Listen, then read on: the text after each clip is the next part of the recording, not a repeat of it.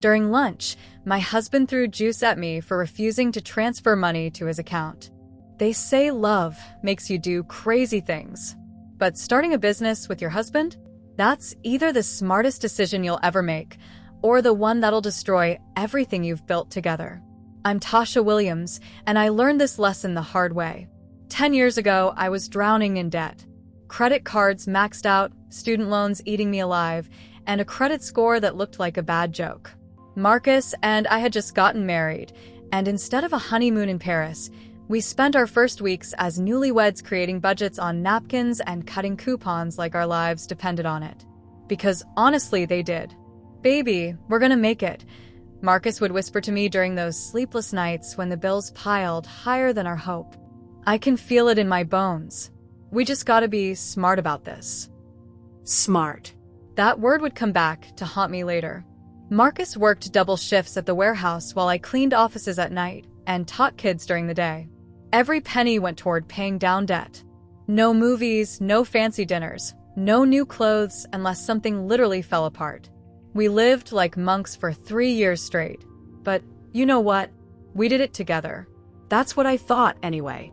By year 4, my credit had climbed from the depths of financial hell to something respectable. Marcus's credit was still recovering from some mistakes he'd made before we met. Something about a failed car loan and a business partnership gone wrong. He never liked talking about the details, and I didn't push. We all have our past, right? That's when the coffee idea hit us. It started innocently enough. Marcus made the most incredible coffee I'd ever tasted. Not just good, life-changing good. He had this way of blending beans that made every cup taste like a warm hug from heaven. Friends would come over just to try his latest creation, and they'd leave talking about opening a coffee shop. "Marcus, you need to bottle this magic," my best friend Keisha said one evening, holding her third cup of his signature blend. "I'd pay $20 for a bag of this." That night, Marcus and I sat at our kitchen table with a notebook, sketching out dreams. What if we could turn his coffee gift into something real? What if we could build something that was ours? "We'd need a name," I said, tapping my pen against my lip. "Bean and butter," Marcus said without hesitation. "Coffee and baked goods. Like bread and butter, but better." I loved it immediately. The name felt warm, inviting, like the business we wanted to create. The planning consumed us for months. We researched everything: suppliers, locations, equipment, licenses. Marcus would stay up until 2 a.m. perfecting recipes while I crunched numbers and created business plans.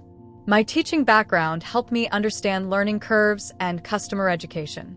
His natural charm and coffee expertise made him perfect for the customer-facing side. There was just one problem. We needed startup capital, and only my name could secure the loans. "It makes sense," Marcus said when we met with the bank officer. "Tasha's credit is spotless now. Mine's still climbing back up. Let's put everything in her name for now, and once we're established, we can restructure." The loan officer, a middle-aged white woman with kind eyes, looked between us carefully. "Mr. Williams, you understand that this means your wife will be the sole legal owner of the business?" "Absolutely." Marcus smiled that charming smile of his. "We're a team. What's hers is mine. What's mine is hers. That's how marriage works, right?" I remember feeling a flutter of uncertainty in my stomach, but I pushed it down. This was my husband. We'd crawled out of debt together, dreamed together, planned together. Of course we'd succeed together. The papers were signed in my name only. Bean and Butter Coffee and Baked Goods, LLC. Owner, Natasha Williams. Finding the perfect location took 6 months. We wanted something with character, but affordable rent. The space we found was a former bookstore in the Arts District, exposed brick walls, huge windows, and enough room for 12 tables plus a small kitchen area. The rent was steep but not impossible, and the foot traffic was perfect. The first day we got the keys, Marcus and I stood in the empty space, holding hands. "We did it, baby," he whispered, squeezing my fingers. "Our dream is about to become real." I felt tears in my eyes. All those years of sacrifice, all those nights of ramen noodles and secondhand clothes, all those moments when giving up seemed easier than pushing forward, it had all led to this moment. We threw ourselves into renovation. Marcus had skills I never knew about. He could tile, paint, even do basic electrical work. I handled the design elements, creating a warm, welcoming atmosphere with earth tones and soft lighting. We were the perfect team, working 16-hour days and loving every exhausting minute.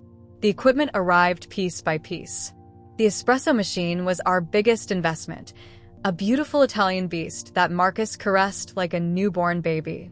The display cases for pastries, the coffee bean storage system, the comfortable seating, every piece felt like we were building something magical.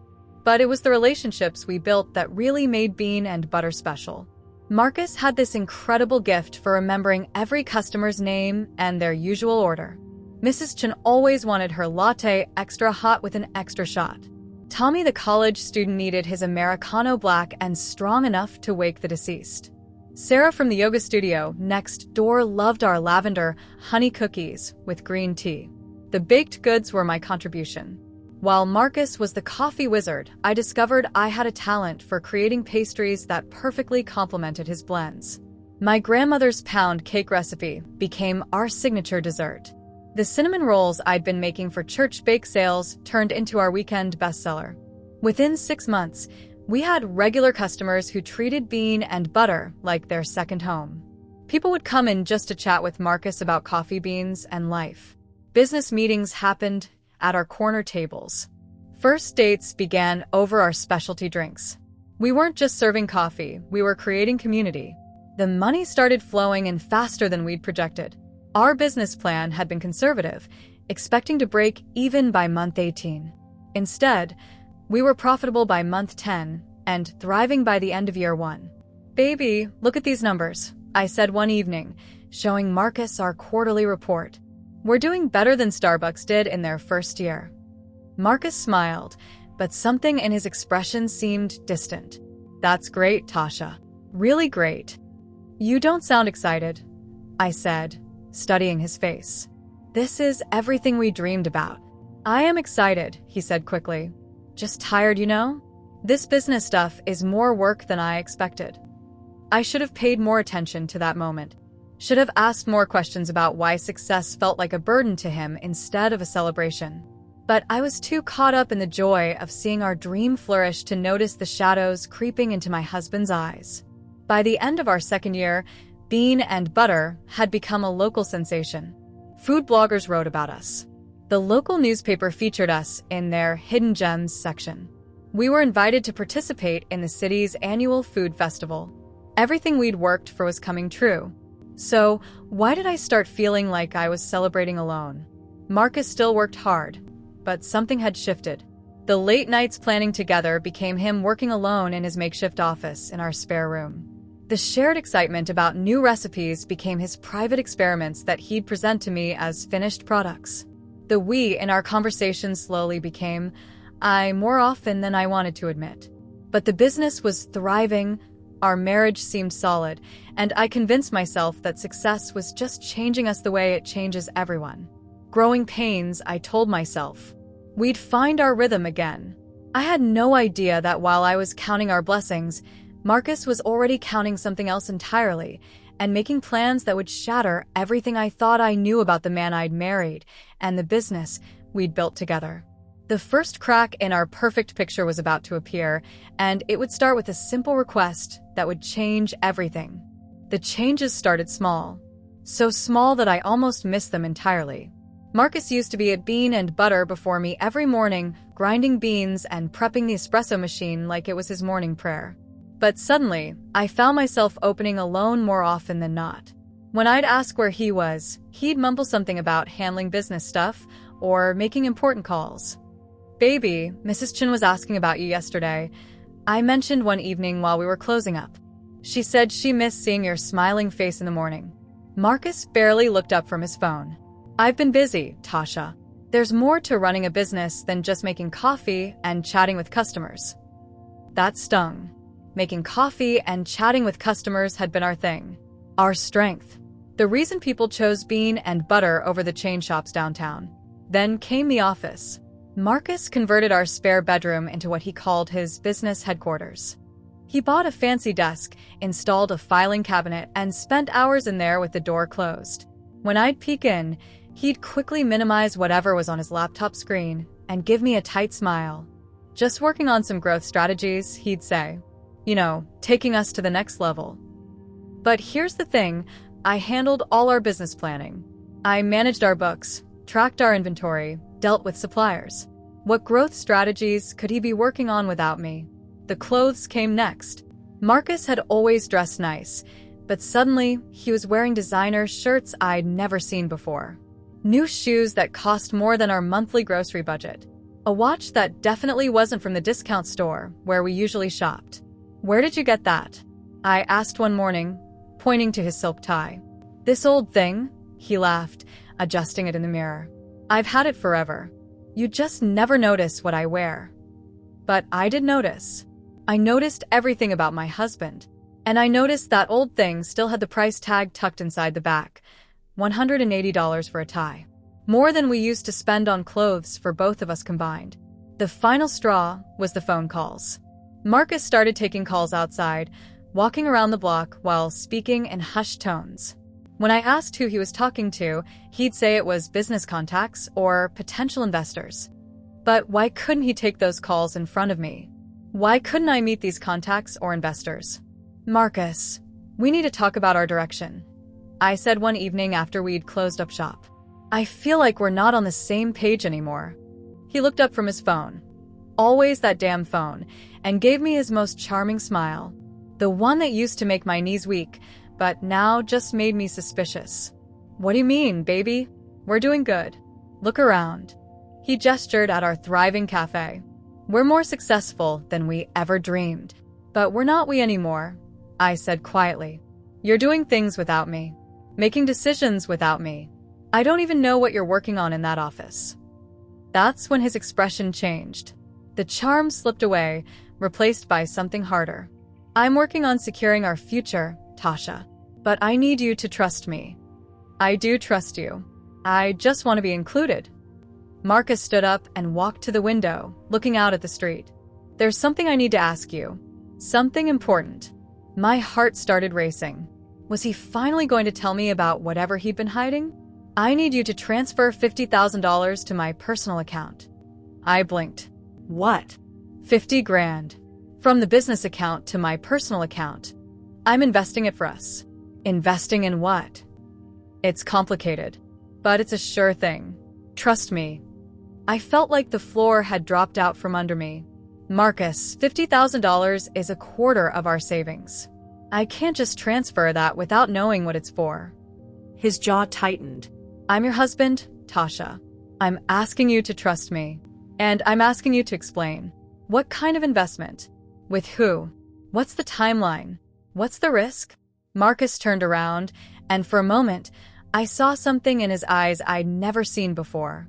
Something cold. "You're being emotional," he said dismissively. "This is business. Sometimes you have to take risks to grow." Emotional. He called me emotional for asking basic questions about our money, our business, our future. "I handle the business accounts, Marcus. Legally, I own this company. I'm not being emotional. I'm being responsible." "Fine," he said, forcing his smile back. "Think about it. But don't take too long. Opportunities like this don't wait." That night, I lay in bed staring at the ceiling while Marcus slept peacefully beside me. $50,000. Just like that. No explanation, no partnership, no respect for my questions. Just a demand wrapped in a request. The next morning, Marcus was back to his charming self, bringing me coffee in bed and kissing my forehead like nothing had happened. "Did you think about what we discussed?" he asked casually. I did. And my answer is no. Not without more information. The mask slipped again, just for a second. "Tasha, you're making a mistake." Maybe. But it's my mistake to make. Over the next few weeks, Marcus brought up the money 3 more times. Each time, his tone grew more demanding, less requesting. Each time, I said no. And each time, I felt like I was talking to a stranger wearing my husband's face. I didn't know it then, but my refusal to blindly hand over $50,000 had just signed the death warrant for the version of Marcus I thought I knew. The man who would emerge from behind that charming smile was someone I'd never met before. And he was about to show me exactly what he thought of wives who asked too many questions. The morning of what I now call the incident started perfectly normal. Marcus made his signature coffee blend while I prepped the pastry display. We worked in comfortable silence, moving around each other in the familiar dance of business partners who'd done this 1,000 times before. But I should have noticed the tension in his shoulders. Should have paid attention to the way he kept checking his phone and muttering under his breath. Should have seen the storm brewing behind his practiced smile. "Let's grab lunch today," Marcus said suddenly as we finished the morning rush. "That new place downtown. My treat." I looked at him suspiciously. Marcus hadn't suggested a lunch date in months. What's the occasion? Can a man take his beautiful wife to lunch? He flashed that charm again, but it felt forced, like he was reading lines from a script. "Sure," I said slowly. "Let me just finish the inventory count. Keisha can handle that. Come on, baby. Let's enjoy being successful." Something in his tone made my skin crawl, but I couldn't put my finger on why. Maybe it was the way he said successful, like he was tasting something bitter. Or maybe it was how he kept glancing at his phone while we locked up the shop. The Riverside Cafe was packed with the Saturday lunch crowd. Families with strollers, couples on dates, business people grabbing quick meals between meetings. Marcus chose a table right in the center of the dining room. Unusual for him, since he usually preferred quieter corners where we could talk privately. "This is nice," I said, settling into my chair and looking around at the bustling atmosphere. "We should do this more often." Marcus wasn't listening. He was staring at his phone again, typing furiously. "Earth to Marcus," I said, waving my hand in front of his face. "Who are you texting?" He looked up, startled, and quickly put the phone away. "Sorry, baby. Just handling some business." There it was again. Business. The mysterious business he never wanted to discuss with his actual business partner. We ordered salmon salad for me, burger and fries for him. Marcus seemed nervous, fidgeting with his napkin and glancing around the restaurant like he was expecting someone. "Everything okay?" I asked. "Perfect," he said, but his smile looked painted on. "Actually, I wanted to talk to you about something." My stomach dropped. I knew that tone. It was the same one he'd used every time he'd asked about the $50,000. "Marcus, if this is about the money again." "It is." He leaned forward, lowering his voice. "Tasha, I need you to understand how important this is. This investment opportunity won't wait forever. And I need you to understand that I'm not transferring $50,000 without knowing what it's for." His jaw tightened. "I told you, it's complicated. Then uncomplicated. Explain it to me like I'm your business partner, because that's what I am. You're my wife first. I'm both. And as both your wife and your business partner, I deserve to know where our money is going." Marcus's phone buzzed. He glanced at it, and something in his expression shifted. Whatever message he'd received, it wasn't good news. "The opportunity is slipping away," he said urgently. "While you're sitting here being stubborn, we're losing money. We're not losing anything. We're being careful." "Careful?" His voice rose slightly, causing the couple at the next table to glance over. "Careful is what poor people do, Tasha. We're not poor anymore." I stared at him. "Who are you?" Because the Marcus I married understood the value of being careful. The Marcus I built a business with wouldn't risk our entire future on some mysterious investment he can't even explain. "The Marcus you married was broke," he snapped, loud enough that several people turned to look. "Maybe it's time for an upgrade." The words hit me like a slap. I felt heat rising in my cheeks, but I kept my voice steady. "Lower your voice. People are staring." "Let them stare."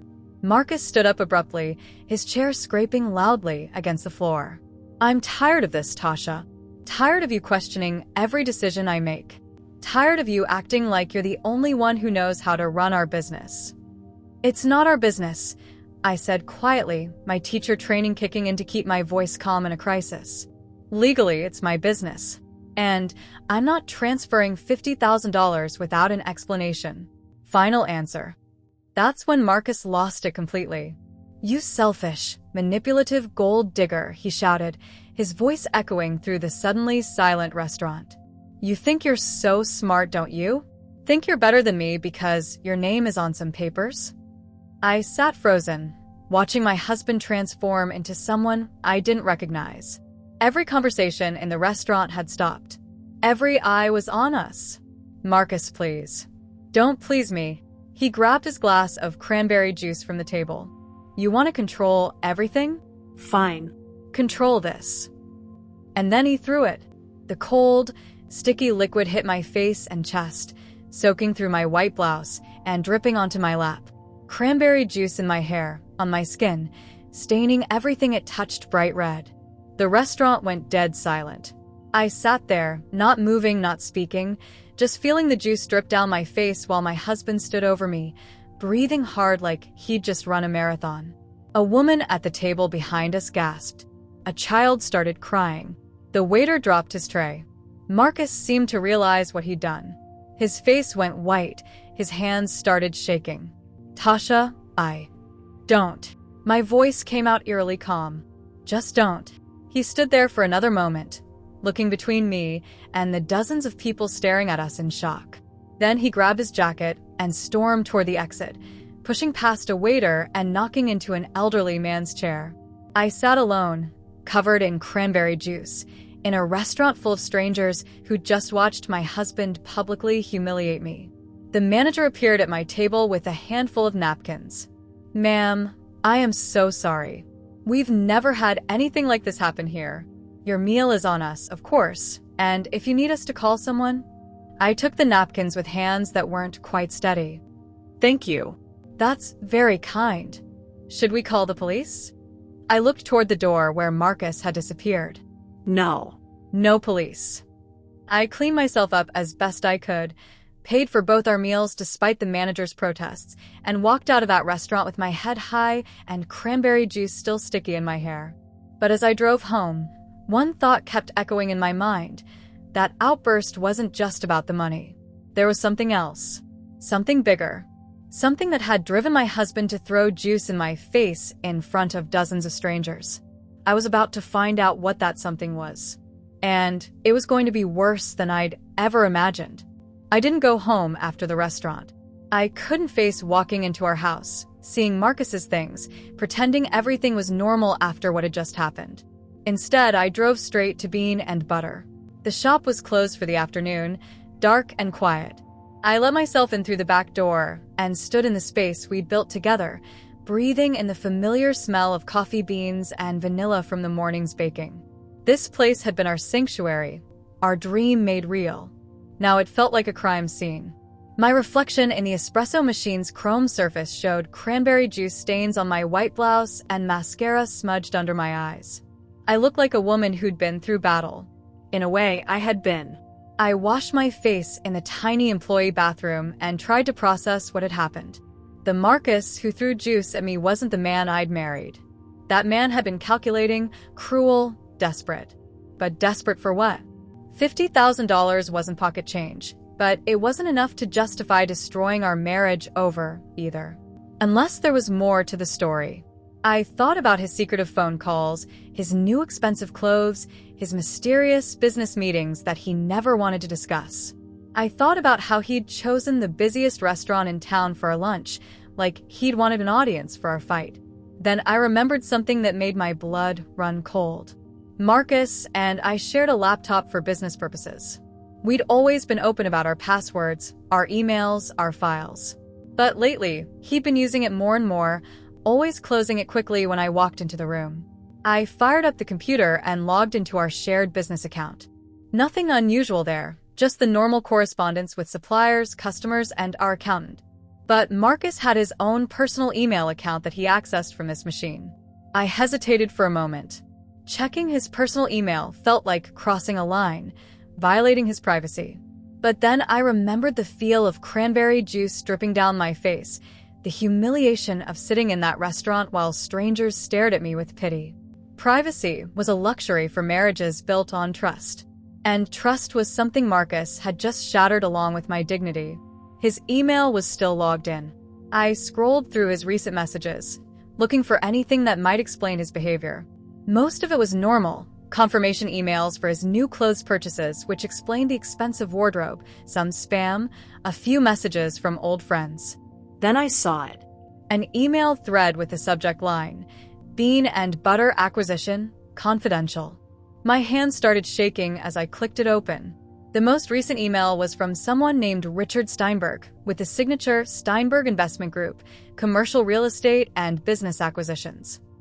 Marcus, after our conversation this morning, I'm prepared to move forward with the offer we discussed. $1.5 million for Bean and Butter coffee and baked goods, including all equipment, inventory, customer lists, and the exclusive rights to all recipes and branding. However, as we discussed, the legal complications with your wife's ownership need to be resolved before we can proceed. I understand you're working on getting her to transfer operational control to you. Once that's handled, we can close within 30 days. Time is of the essence. I have other opportunities in the pipeline, and this offer won't remain open indefinitely. Best regards, Richard. I stared at the screen, reading the message over and over, trying to make sense of what I was seeing. Marcus was trying to sell Bean and Butter, our business, my business, for $1.5 million. Without telling me, I scrolled up to see Marcus's responses. Richard, don't worry about the wife's situation. She's just the legal cover. I'm the real brains behind the operation. She doesn't understand business strategy, just handles the day-to-day stuff. I'll have control of the business accounts within the week. Once I get access to the funds, I can make the ownership transfer happen. She'll sign whatever I put in front of her. This deal is too good to pass up. Bean and Butter is worth way more than $1.5 million, but I need to liquidate quickly. Talk soon, Marcus. Legal cover. That's what he called me. The woman who'd spent 10 years climbing out of debt so we could start this business together. The woman who'd secured the loans, signed the papers, handled every legal and financial aspect of our company. I was just legal cover for the real brains of the operation. I kept reading, going back through weeks of correspondence. The picture that emerged made me sick to my stomach. Marcus had been negotiating this sale for 2 months. He'd provided detailed financial records, customer data, even our secret recipes to this investor. He'd promised that getting control of the business would be simple because his wife always does what she's told. Always does what she's told. The $50,000 he'd been demanding? He needed it to pay some kind of fee to transfer the business ownership. Something about covering legal costs and smoothing the transition. But the most chilling part was his timeline. According to his emails, he'd planned to have the business sold and the money in his personal account by the end of the month. That was 2 weeks away. In one email, he'd written, "Don't worry about handling my wife. I know exactly which buttons to push. She'll be reasonable once she understands the consequences of being difficult." Consequences. He'd been planning to make my life hell if I didn't go along with his scheme. I printed out every email in the thread. 23 pages of evidence that my husband had been planning to steal my business and sell it behind my back. As I gathered the papers, I found one more message that stopped me cold. It was from earlier that day, sent just an hour before our lunch. Richard, she's refusing to cooperate. Time for Plan B. After today, she'll understand that fighting me isn't worth it. Nobody wants to be married to a woman who can't be reasonable in public. I'll have her signature by Monday. Marcus. Plan B. The restaurant scene hadn't been Marcus losing his temper. It had been calculated. Planned. He'd deliberately chosen a crowded restaurant, deliberately escalated the fight, deliberately humiliated me in front of dozens of people. He thought that breaking me down in public would make me desperate enough to give him whatever he wanted. He thought throwing cranberry juice in my face would make me compliant. He thought I was just legal cover who would sign whatever he put in front of me. Marcus had no idea who he was dealing with. He'd been so busy planning my destruction that he'd forgotten something crucial about the woman he'd married. I didn't just survive 10 years of debt and build a successful business by being nice. I'd done it by being smart, strategic, and absolutely ruthless when someone tried to take what was mine. And bean and butter? That was mine. Every dollar, every customer, every recipe, every dream we'd built into reality. It was legally mine, morally mine, and I'd earned every bit of it. Marcus wanted a fight? He was about to get one. But first, I needed to make sure he couldn't hurt me or my business ever again. And I knew exactly how to do it. I sat in the quiet coffee shop for a long moment, staring at the printed emails scattered across our corner table. 23 pages of betrayal, lies, and calculated manipulation. 23 pages of evidence that my husband had been planning to destroy me. But Marcus had made one critical mistake.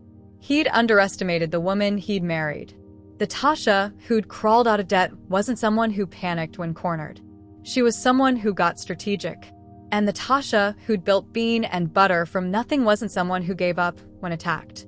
She was someone who fought back smarter and harder than her enemies expected. I pulled out my phone and called the one person I trusted completely. Keisha, it's me. I need a favor. Girl, what's wrong?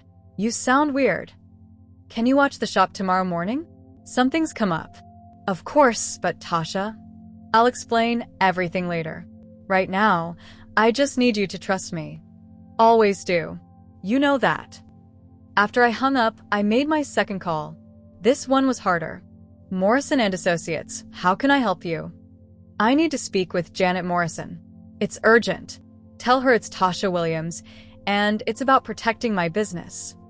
Janet Morrison had handled our business incorporation 3 years ago. She was sharp, no nonsense, and had a reputation for eating manipulative husbands for breakfast. If anyone could help me, it was her. Tasha? What's going on? Janet, I need to see you first thing Monday morning. My husband is trying to steal my business and sell it behind my back. I have evidence. How much evidence? Enough to bury him. Bring everything. And Tasha? Don't let him know you're suspicious. Not yet. I spent the rest of the evening at Bean and Butter, using our business computer to do what I should have done months ago, securing my company against theft. First, I changed every password Marcus had access to. Business bank accounts, email, supplier accounts, our point-of-sale system, even our social media. Every digital door he could use to access or control Bean and Butter was now locked to him. Then I called our bank. It was after hours, but their fraud prevention line was open 24/7. I need to put a hold on all outgoing transfers from my business account, I told the representative. There's been a security breach. What kind of hold would you like, Ms. Williams? Complete freeze on any transfer over $500. And I want to require dual authorization for any changes to account access or ownership. Done. The freeze will be active within an hour. Marcus could try all he wanted to access our money. He'd find every door locked and alarmed. But I wasn't finished. I spent Sunday researching Richard Steinberg and his investment group. What I found was interesting. Steinberg specialized in buying successful small businesses, stripping them for parts, and reselling the locations to chain stores. He wasn't interested in preserving Bean and Butter. He wanted to gut it and turn our beautiful space into another generic franchise. Over my body. Monday morning, I was sitting in Janet Morrison's office at 8 a.m. sharp with my folder of evidence. Jesus Christ, Tasha. Janet flipped through the emails, her expression growing darker with each page. This isn't just marital problems. This is attempted fraud, theft, and business hijacking. What are my options? Legally, you're bulletproof. The business is in your name only. You have complete control, and these emails prove intent to defraud. But we need to move fast before he figures out you know. What do you recommend? Janet smiled. It wasn't a nice smile. We're going to set a trap, and your husband is going to walk right into it. We spent 2 hours crafting the perfect strategy. Janet would file emergency court documents establishing my sole ownership and preventing any unauthorized sale of Bean and Butter. She'd also send a cease and desist letter to Richard Steinberg, informing him that any deal with Marcus was fraudulent and void.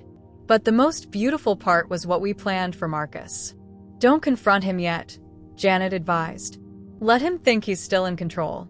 In fact, give him just enough rope to hang himself. I drove to Bean and Butter feeling lighter than I had in weeks. Marcus was there when I arrived, acting like nothing had happened. Like he hadn't thrown juice in my face, hadn't called me a gold digger, hadn't spent months planning to steal my life's work. "Morning, baby," he said casually, like Saturday had never happened. "Ready for another great day?" I smiled back. Absolutely. If he wanted to play games, I could play games too. That afternoon, I called an all-staff meeting. Our 5 employees, Keisha, Tommy, Sarah, Miguel, and Janet, not the lawyer, our part-time baker, gathered around our biggest table looking curious and slightly worried. "I have an announcement," I said, watching Marcus's face carefully. "Bean and Butter is going through some changes." Marcus tensed. He thought I was about to announce the sale. Effective immediately, I'm restructuring our management. Bean and Butter will be moving forward under my sole direction. We're going to expand our hours, add new menu items, and really focus on what makes us special. The staff looked confused but excited. Marcus looked like he'd been punched. As part of this restructuring, Marcus will be stepping back from day-to-day operations to pursue other interests. "What other interests?" Keisha asked. I looked directly at Marcus. "I'm sure he'll tell you all about his big plans when he's ready." Marcus's jaw was clenched so tight I thought it might snap. But he couldn't say anything. Not without revealing what those big plans actually were. After the meeting, he cornered me in the kitchen. "What the hell was that, Tasha?" That was me taking control of my business. The business that's legally mine. The business I built. Our business. "Your name isn't on any papers, Marcus." It never was. I could see the panic starting to creep into his eyes. He was realizing that his carefully laid plans were falling apart. "You can't do this." "Watch me." That evening, Marcus was on his phone for hours, pacing around our house like a caged animal. I heard fragments of his conversations, angry whispers about complications and timelines and the deal falling through. Richard Steinberg would receive Janet's cease and desist letter first thing Tuesday morning. By then, Marcus would discover he'd been locked out of every business account and system. But I had one more surprise waiting for him, the biggest one of all. Because while Marcus had been busy planning to betray me, I'd been learning exactly who I was married to. And what I discovered was going to end his schemes once and for all. The trap was set. Now all I had to do was wait for him to walk into it. Tuesday morning arrived like Christmas morning for someone who'd been very, very good all year. I was at Bean and Butter early, brewing coffee and humming to myself when Marcus stormed through the front door at 7:30 a.m. His hair was disheveled, his eyes wild, and he was clutching his phone like a lifeline. "Tasha." His voice cracked like a teenager's. "We need to talk. Now." "Good morning to you too, honey," I said sweetly, continuing to arrange pastries in the display case. "Coffee? You look like you need it." "Don't play games with me." He slammed his phone down on the counter. "What did you do?" "I'm going to need you to be more specific." Marcus's hands were shaking. "The accounts, Tasha. All of them. I can't access anything." "Oh, that." I shrugged casually. "Security upgrade."